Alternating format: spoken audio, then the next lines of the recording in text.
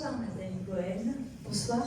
Nous sommes très honorés de vous accueillir pour le 6e Salon du Livre des Mondes Juifs à Montpellier, dans l'Institut Maïmonide, qui est organisateur de ce salon avec l'association Séparim, s'enorgueillit d'avoir Mireille Adas-Lebel comme présidente, elle que précisément vous mentionnez dans la dédicace de votre livre. Quelques mots de présentation d'abord en ce qui vous concerne.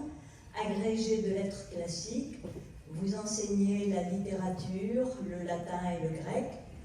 Vous publiez un premier essai, fort remarqué d'ailleurs, en 2017, Une étrange rencontre, juifs, grecs et romains, où se mêle votre histoire de fille de juifs tunisiens et une étude approfondie des rencontres entre civilisations grecques, romaines et juives dans l'Antiquité.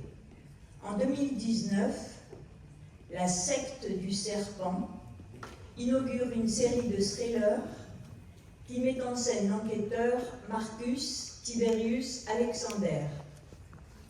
Après ce premier épisode, paraît un deuxième opus intitulé Un fauve dans Rome, puis un troisième qui nous intéresse ce soir, L'or de Jérusalem. Dans ce dernier volet, qui se passe en 66 de notre ère, on retrouve l'enquêteur Marcus Tiberius Alexander, juif natif d'Alexandrie, qui parle grec, qui est un ancien esclave en fuite, ayant vécu à Rome, rendu bègue parce qu'on lui avait brûlé la langue. Ses yeux verrons sont un signe extérieur de sa différence, de son ubiquité, de son ouverture d'esprit. Il est le père d'un petit Alexander, enfant né, semble-t-il, de ses amours avec la Vestale Gaïa. Fuyant la folie et la tyrannie de Néron, les voilà en Galilée, province judéenne de l'Empire, tandis que Rome déclare la guerre au peuple juif à la suite de la grande révolte en Judée, sur fond de guerre civile en plus. Donc le peuple juif est en proie à des dangers qui sont toujours actuels, à la fois haine extérieure, haine intérieure, guerre des Juifs entre eux et contre eux. Alors, en première question, en première remarque, disons, je voudrais vous interroger sur ce mélange que vous arrivez à réaliser entre fiction et histoire. Comment conciliez-vous la liberté du romancier, de la romancière en l'occurrence, et le respect des faits historiques? Vous vous servez du livre de Flavius Joseph, chargé par les Romains de se faire historiographe des événements qui surviennent à ce moment-là. Vous mentionnez ce livre comme lecture récurrente de votre père. Alors, quelle est la valeur de cette référence? Affective, on veut bien le comprendre, mais d'une part, comme il est comme Fabius Joseph est l'homme des Romains, on pourrait mettre en doute son objectivité, même si le terme n'existe pas à ce moment-là. Et également, personnellement, il cherche à se laver de cette réputation de traître qui très tôt lui a collé au dos. Que dire donc de lui? En fait, c'est vrai que l'enfance nous marque tous. Très souvent, quand on fait des choix, on peut toujours remonter à son enfance, on a toujours trouvé quelque chose qui nous a motivés dans notre enfance. Moi, j'ai vu mon père, le regard fébrile, je l'ai vu 2 fois, le regard fébrile. Une fois, ça a été pendant la guerre de Kippour en 73. Le jour même de Kippour, il est descendu dans sa voiture pour écouter la radio avec une espèce de fébrilité, parce que bon, c'était une attaque surprise, plus ou moins. Et j'ai vu ce même regard à la lecture de Flavius Joseph, parce que effectivement cette guerre des Judéens, on va les appeler les Judéens, cette révolte contre les Romains, elle est terrible, elle est inouïe, elle est horrible, elle est incroyable. Elle nous a fait nous juifs et nous chrétiens, et nous judéo-chrétiens. C'est-à-dire qu'à la suite de cette destruction du temple, juifs et judéo-chrétiens, puis chrétiens, ont réagi. Le judaïsme rabbinique est une réaction, bien sûr, à la fin du temple, mais le christianisme également. Et donc j'ai vu ce regard fébrile, et il a sûrement dû me marquer, parce que j'ai fait du grec et du latin, et au moment où il fallait faire des recherches, j'ai décidé de m'orienter vers le judaïsme hellénistique, c'est-à-dire cette rencontre ou pas entre le monde grec et le monde juif, qui va rentrer ensuite dans le monde romain, et la patristique, les pères de l'Église. Donc cette période me fascine, c'est pour moi une clé de voûte. Elle explique beaucoup de choses de ce que M. Oliven a dit avant. Et la connaître, c'est aussi une façon de reconnaître la composante des sociétés occidentales. Donc voilà, donc j'étais marquée par ça. Et puis je me suis rendu compte que l'essai c'était bien. Donc j'ai fait cet essai, Une étrange rencontre juive, grecque et romain, et j'ai expliqué comment, au IIIe siècle avant l'ère chrétienne, le fait qu'on ait décidé de traduire la Torah de l'hébreu au grec à Alexandrie en Égypte, et qu'on ait conféré à cette traduction surtout un statut aussi sacré que l'était le texte hébraïque, a permis une entrée du judaïsme dans le monde gréco-romain. Et évidemment, dès lors que d'autres prennent le texte, un autre prend le texte, la traduction appartient à celui qui la lit, appartient à celui qui l'adapte. Et donc, finalement, on peut se demander si le christianisme n'est pas né avec cette traduction. Bref, j'ai fait un essai, et puis je me suis rendu compte que le roman historique, c'était génial, parce que le roman permet la complexité. Le roman permet la complexité, le roman permet d'avoir un regard intérieur. Bien sûr, on a le texte de Flavius Joseph, alors comme le dit Mireille Dastlebel, on n'a pas de texte des Gaulois qui raconte la guerre des Romains. On a un texte de César. Et donc on a le scénario des vainqueurs. Là, on a quand même avec Joseph le scénario des vaincus, même s'il roule pour Titus et Vespasien, les Flaviens. Il faut savoir le lire, mais bon, il dit les choses. Quand il y a des massacres, il donne des chiffres, il donne des nombres. Ce qu'il ne peut pas dire, on le devine. Qu'est-ce qu'il ne peut pas dire? Il ne peut pas dire que les Romains avaient envie de brûler le temple. Il ne peut pas le dire ça. Donc ça devient un hasard. Il ne peut pas dire que... Enfin, il y a des choses qu'il ne peut pas dire, mais à nous de savoir le lire. Il faut savoir lire Joseph. Mais on a une mine incroyable, complexe, racontée à l'antique. Et donc, j'avais le récit de Joseph, et je me suis dit, ce serait bien, bien oui ou non, si Marcus pouvait assister à cette révolte, à cette guerre. Marcus, qui est en fait un pompier, donc qui est un vigile, qui fait donc partie des armées romaines, c'est quand même quelqu'un, c'est un soldat, ce serait bien qu'il puisse assister de l'intérieur à cette révolte, et que sa compagne devienne judéo-chrétienne. Parce qu'il faut savoir que Mavestale, Gaia Cornelia, a des sympathies pour le judaïsme, comme c'était le cas au 1er siècle. Certains historiens disent qu'une personne sur 10 judaïse, c'est-à-dire vit de façon juive dans le monde romain, pour des raisons morales, les 10 commandements et le fait que cette société esclavagiste pouvait ne pas faire s'arrêter les esclaves. Et donc là, on avait un jour, le Shabbat, où on pouvait arrêter son esclave.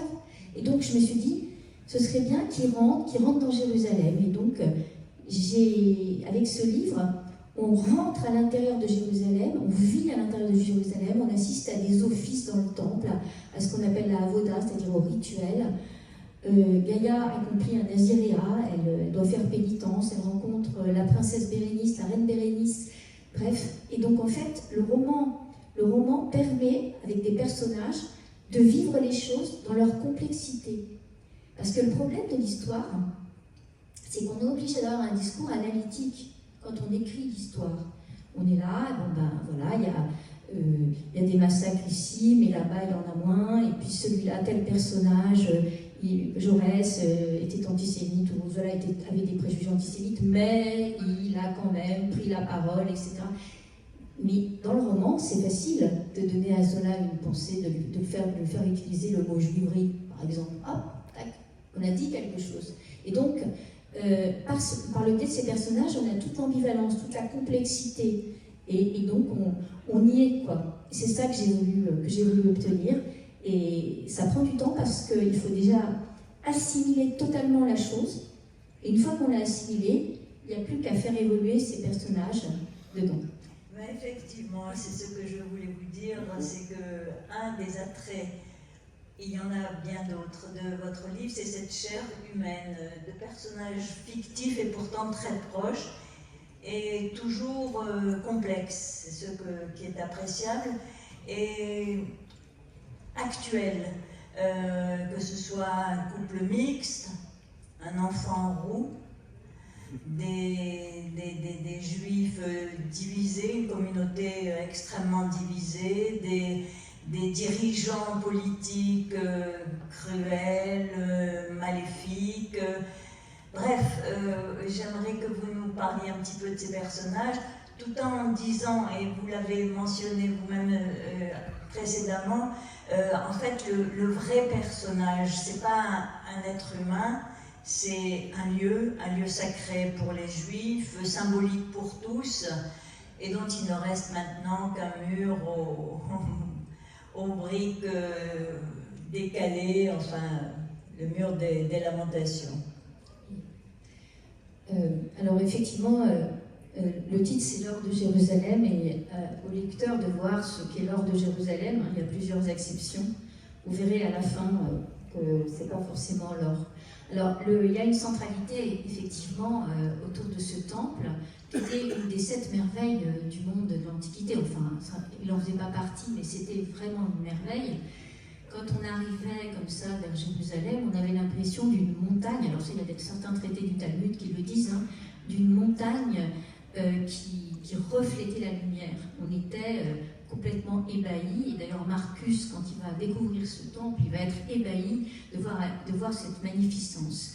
Donc le temple était visité par des gens de tous les pays, de toutes les confessions, et d'ailleurs il y avait ce parvis au bas du temple qu'on appelle le parvis des nations, des goïms, absolument pas péjoratif, hein, des gentils, des gens, c'est-à-dire de toutes les ethnies, les pays, donc tout le monde était comme ça, pouvait être là sur le parvis. Et puis vous aviez un marché en bas, une première galerie marchande, où on pouvait acheter, alors à l'époque c'est des sacrifices, hein, mais on pouvait aussi acheter de l'huile cachère, on pouvait acheter des petites colombes, et on pouvait les donner en sacrifice. Et ensuite, vous aviez une série de marches, et une balustrade. Et là, effectivement, Marcus, vous allez pouvoir rentrer dans le temple avec Marcus. Il y a un panneau que nul n'entre s'il est géomètre. Non, c'est pas ça, nul n'entre s'il est juif. Mais alors, c'était en grec, en latin et en hébreu. Mais en fait, comment on pouvait s'apercevoir? Donc, en fait, mon personnage Gaïa, qui considère qui se veut juive, d'ailleurs qui est hébergé par un couple de judéo-chrétiens déjà, puisqu'ils attendent le retour de leur sauveur. Gaïa, elle rentre. Et Marcus, il dit oui, il dit au garde, je suis, et puis il rentre. Et puis vous aviez cette première cour, qui était la cour dite des femmes, mais c'était la cour de tout le monde. Vous aviez des chambres, dont une pour le bois, une pour le vin, et puis une pour les lépreux qui étaient guéris, et une pour ce qu'on appelle le naziréat, c'est-à-dire cette période d'ascèse qui variait de 15 à 40 jours, où les gens venaient prier. Par exemple, Jacques, hein, le frère de Jésus, faisait son naziréat régulièrement, il jeûnait, il priait, et Gaïa va accomplir ça parce qu'elle a beaucoup de choses à se reprocher. Et c'est à cette occasion qu'elle va rencontrer Bérénice, qui va devenir sa grande copine. Bérénice de Titus et Bérénice. Parce que, évidemment, cette période est une période qui a inspiré toute la littérature classique. Vous avez des personnages extraordinaires, donc le personnage de Bérénice, le personnage de Titus, Vespasien aussi, qui est pas mal en couleur. Et donc ensuite, la deuxième cour, c'est la cour d'Israël. Donc c'est la cour qui est réservée seulement aux hommes. Vous entriez par une grande porte monumentale qui était déjà très belle. Et à la fin de cette cour, il y avait une balustrade. Et vous pouviez vous poser sur la balustrade et voir tout ce qui se passait dans la cour des prêtres. Et ensuite, vous aviez un regard sur la porte du Saint, du Kodesh, et du Saint des Saints qui était tout au fond. Et donc là, Marcus il rentre dans la cour d'Israël, il se pose contre la balustrade et il assiste à la bénédiction des prêtres, laquelle se fait toujours dos au soleil. Donc que l'Éternel éclaire ta face, eh bien c'était le soleil qui éclairait. Ça, je m'en suis rendu compte à partir du moment où je l'ai écrit. C'est-à-dire que je me suis rendu compte que, vu l'orientation, eh bien, ils avaient toujours le soleil derrière eux quand ils faisaient le Birkat Kohanim, la bénédiction. Donc voilà, donc en fait, on va rentrer dans ce temple et j'ai eu plaisir et aussi la nostalgie à rentrer dans le temple. On n'en parle presque pas. On n'en parle presque pas dans le rituel juif parce qu'on a mal, parce que ça fait mal. Et puis le jour de Kippour, on parle, mais on parle surtout du grand prêtre, du rituel du grand prêtre, de la tenue du grand prêtre. Moi, j'ai voulu comme ça rentrer dans le temple. Alors après, quand le temple est détruit, quand il est pris comme une place forte par les trois différents mouvements de rebelles qui vont vraiment s'approprier Jérusalem, quand il est détruit, quand il flambe, eh bien, j'ai souffert aussi de cet incendie. Et vous savez, entre le Kodesh, c'est-à-dire la première pièce sainte, et le Kodesh HaKodashim, le Saint des Saints, que certains Romains sont allés visiter, par exemple Pompée en moins 63, il a voulu voir quelle était la statue du dieu. Il n'y avait rien. Eh bien, il y avait un voile de lin très très très beau. Eh bien, c'est trop près, c'est ça? J'ai plus. Très bien. Non, pardon. Un voile de lin. Eh bien, ce voile, quand il flambe, il hurle. Donc Marcus entend Dieu hurler. Et les Romains, d'ailleurs, lorsqu'ils ont célébré le triomphe de Titus et Vespasien, il y a un panneau où peut-être ils ont représenté une espèce d'entité d'oiseau ailé, comme si le dieu était parti comme ça. Et donc il y a cette idée-là. Voilà, donc ça a été très difficile à la fois de rentrer dans le temple, de vivre à Jérusalem, de sentir les couleurs, les odeurs, et puis ensuite de devoir vivre cette destruction. Ça a été, voilà, je me suis dit, pour que le troisième tome, Marcus irait à Alexandrie, finalement l'éditeur m'a dit non, Jérusalem c'est mieux, je voulais aller à Jérusalem, j'ai fini par y aller, et ça a été assez douloureux, mais le voyage est merveilleux. J'ai pu, grâce à certains traités du Talmud, m'inspirer. Par exemple, il y a des souvenirs. On dit que tel rabbin qui avait 8 ans, au moment où le temple était encore sur pied, entendait les chèvres de son grand-père éternuer parce qu'il y avait de l'encens. Et l'encens qui était brûlé dans le temple faisait éternuer les chèvres. Donc là, les chèvres éternuent. Et dans le roman, les chèvres éternuent à un moment donné. Voilà. Donc en fait, voilà, c'est vrai que le temple, c'est un vrai personnage du livre. Merci. Je rebondis sur votre remarque sur l'ambivalence de votre titre, l'or de Jérusalem. C'est quoi cette course au trésor? C'est quoi ce trésor? Alors, d'abord, ce qui m'a beaucoup rassurée, pour quelqu'un qui est sensible évidemment à l'antisémitisme, bon, voilà, c'est que on n'aimait pas les Juifs, mais c'était pas parce qu'ils avaient tué Dieu, ni qu'ils avaient falsifié les textes, comme ce sera plus tard. On n'aimait pas les Juifs pour leur inquiétante étrangeté. Pourquoi? Parce que, en fait, on les traitait de femmelettes. On les traitait de bonnes femmes parce qu'en fait, ils protégeaient tous les enfants.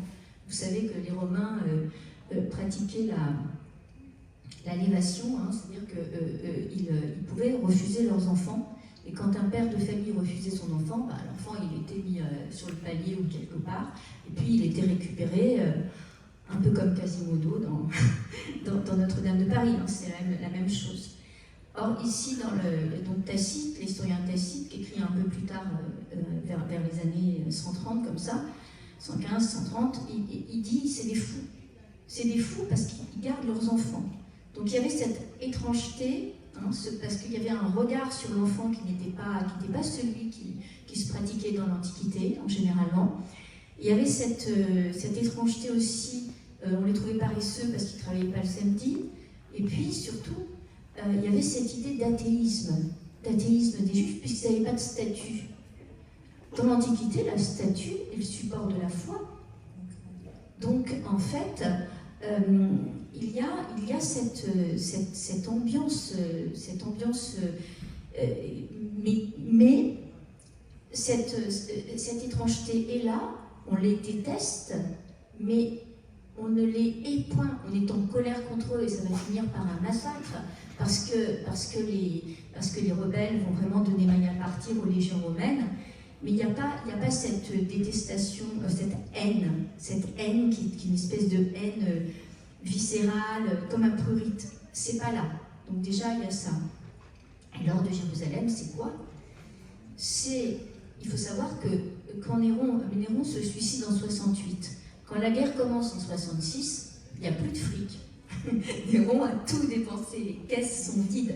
Il a fait sa nouvelle star un peu partout, en Grèce, etc. Il n'y a plus d'argent. Donc en fait, la révolte juive est importante parce que ils ont zigouillé le gouverneur de Judée, zigouillé les armées du gouverneur de Syrie, il faut faire quelque chose. Mais en plus, l'or de Jérusalem, les temples, dans l'Antiquité, étaient des banques. C'est-à-dire chaque personne qui fait des vœux, chaque personne qui fait un acte de foi peut donner de l'argent. Il y a notamment sur la première porte, l'entrée du Kodesh, une grappe d'or, parce que les fidèles donnent de l'or. Et donc les Romains ont ils ont, et notamment mon méchant qui s'appelle Lucius, ils ont vraiment envie, un désir de récupérer l'or du temple. D'ailleurs, ils le font brûler. Ils le font brûler pour le faire fondre, pour pouvoir récupérer tout ça. Et ils récupèrent beaucoup d'objets en or, la fameuse menorah, dont on ne sait pas ce qu'il est devenu, elle a sûrement été fondue, des cratères d'or. Donc l'or de Jérusalem, c'est d'abord l'or du temple. Et puis après, vous verrez que mon héroïne Gaïa retrouve l'or de Jérusalem, parce qu'en fait, elle retrouve son fils. Donc l'or de Jérusalem, c'est à la fois l'or, à la fois l'enfant.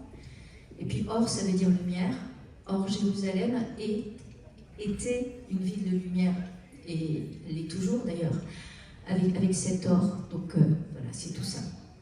Merci. Vous avez un peu anticipé la question que je voulais vous poser sur l'existence ou non d'antisémitisme à Rome, et vous nous avez dit qu'il y avait une haine à cause de leur différence, mais pas d'antisémitisme à proprement parler. Non, on a un sentiment d'inquiétante étrangeté. C'est-à-dire qu'il y a une différence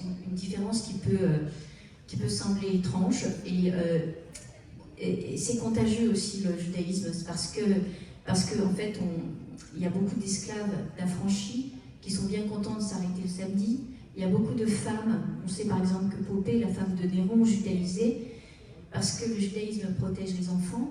Et donc, il y a à la fois une contagion et à la fois un refus de la contagion, parce que les Romains sentent que ça pourrait dénaturer. Donc, on a par exemple des auteurs comme Juvénal, des satiristes, qui disent arrêtez d'aller draguer le Shabbat, arrêtez de vous arrêter le Shabbat, et puis voilà. Et puis, il y a aussi une moquerie par rapport à la circoncision. Parce que finalement, en Égypte, il n'y a que les prêtres qui sont circoncis. Et le judaïsme et sa circoncision, la circoncision dans l'Antiquité est assimilée à une castration. Le corps parfait,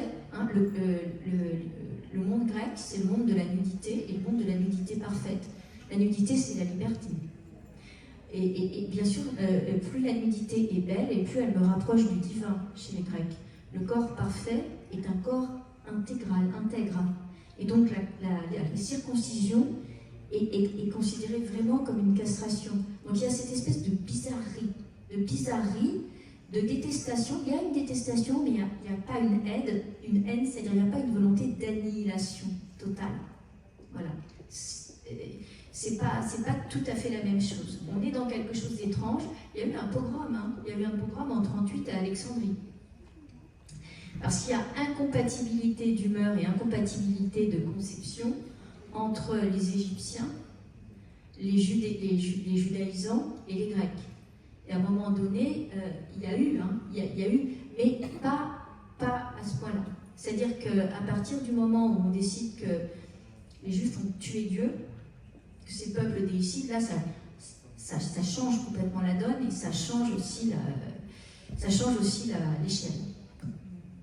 Après la fin du roman, il y a une page qui s'intitule « Quelques mots ». Et c'est particulièrement émouvant. J'aimerais que vous parlez de trajectoire brisée. Et je vous laisse en parler, mais pour finir sur une référence positive, sur quel fondement repose votre admiration pour Ben Zakkai, admiration partagée par les Montpelliérains, qui ont donné son nom à la grande synagogue de Montpellier. J'ai eu, alors l'admiration pour Ben Zakkai, c'est que donc, la tradition lui dit qu'il est parti, il est parti de Jérusalem au moment où il sent que de toute façon ça va basculer. Il est parti de Jérusalem dans un cercueil. Bon. Dans un cercueil, je ne pense pas que ce soit possible, parce que les Romains font un siège, et le but du siège, c'est de laisser les gens, on va dire, pourrir sur place, et mourir de soif. Mais en tout cas, Ben Zakkai est parti de Jérusalem, et c'est Marcus, parce que Marcus c'est un agent double, vu qu'on lui a kidnappé son enfant, il est bien obligé de travailler pour Titus. C'est Marcus qui le fait sortir, et il lui dit, parce qu'il l'avait rencontré avant avec son maître Gamliel, pour une assemblée de notables de Jérusalem, et il lui dit, mais pourquoi tu pars? Qu'est-ce qu'il est devenu ton maître? Alors Ben Zakkai pleure parce que son maître est mort, il y a beaucoup de gens qui sont morts, et Ben Zakkai à ce moment-là, je lui fais citer des vers d'Oshia, du prophète Osée, je crois que c'est Osée 6:6, et je me souviens, c'est Osée dit que Dieu dit, je préfère l'étude et la chesed, c'est-à-dire la charité, l'amour de l'autre, pas seulement l'amour, la charité, l'amour de l'autre, le respect de l'autre, je préfère l'étude et le chesed à vos sacrifices. Donc Ben Zakkai se dit, voilà, le temple, c'était les sacrifices, mais je vais aller développer maintenant ma pensée sur l'étude et l'amour de l'autre. Et Ben Zakkai, c'est celui qui dit, allez, il va partir le temple, je sens que de toute façon c'est râpé, mais je ne me résigne pas, c'est-à-dire je ne prends pas ma perte. Je ne prends pas ma perte, je vais aller de l'avant. Donc pour moi, Ben Zakkai, c'est ça. Et alors, il s'avère que j'ai discuté avec une psychanalyste qui m'a expliqué que chez Freud dit que Ben Zakkai est véritablement un personnage qui agace les antisémites. Et il agace les antisémites, pourquoi? Parce que justement, il représente cette envie d'aller de l'avant, cette envie de vivre qu'ils aimeraient retirer en fait aux Juifs. C'est pour ça que la référence à Ben Zakkai, pour moi, est très importante. Et c'est un personnage de mon roman, vous verrez. J'ai voulu raconter Ben Zakkai qui sort de Jérusalem et j'ai voulu raconter ses motivations aussi. Voilà. Merci. Merci beaucoup.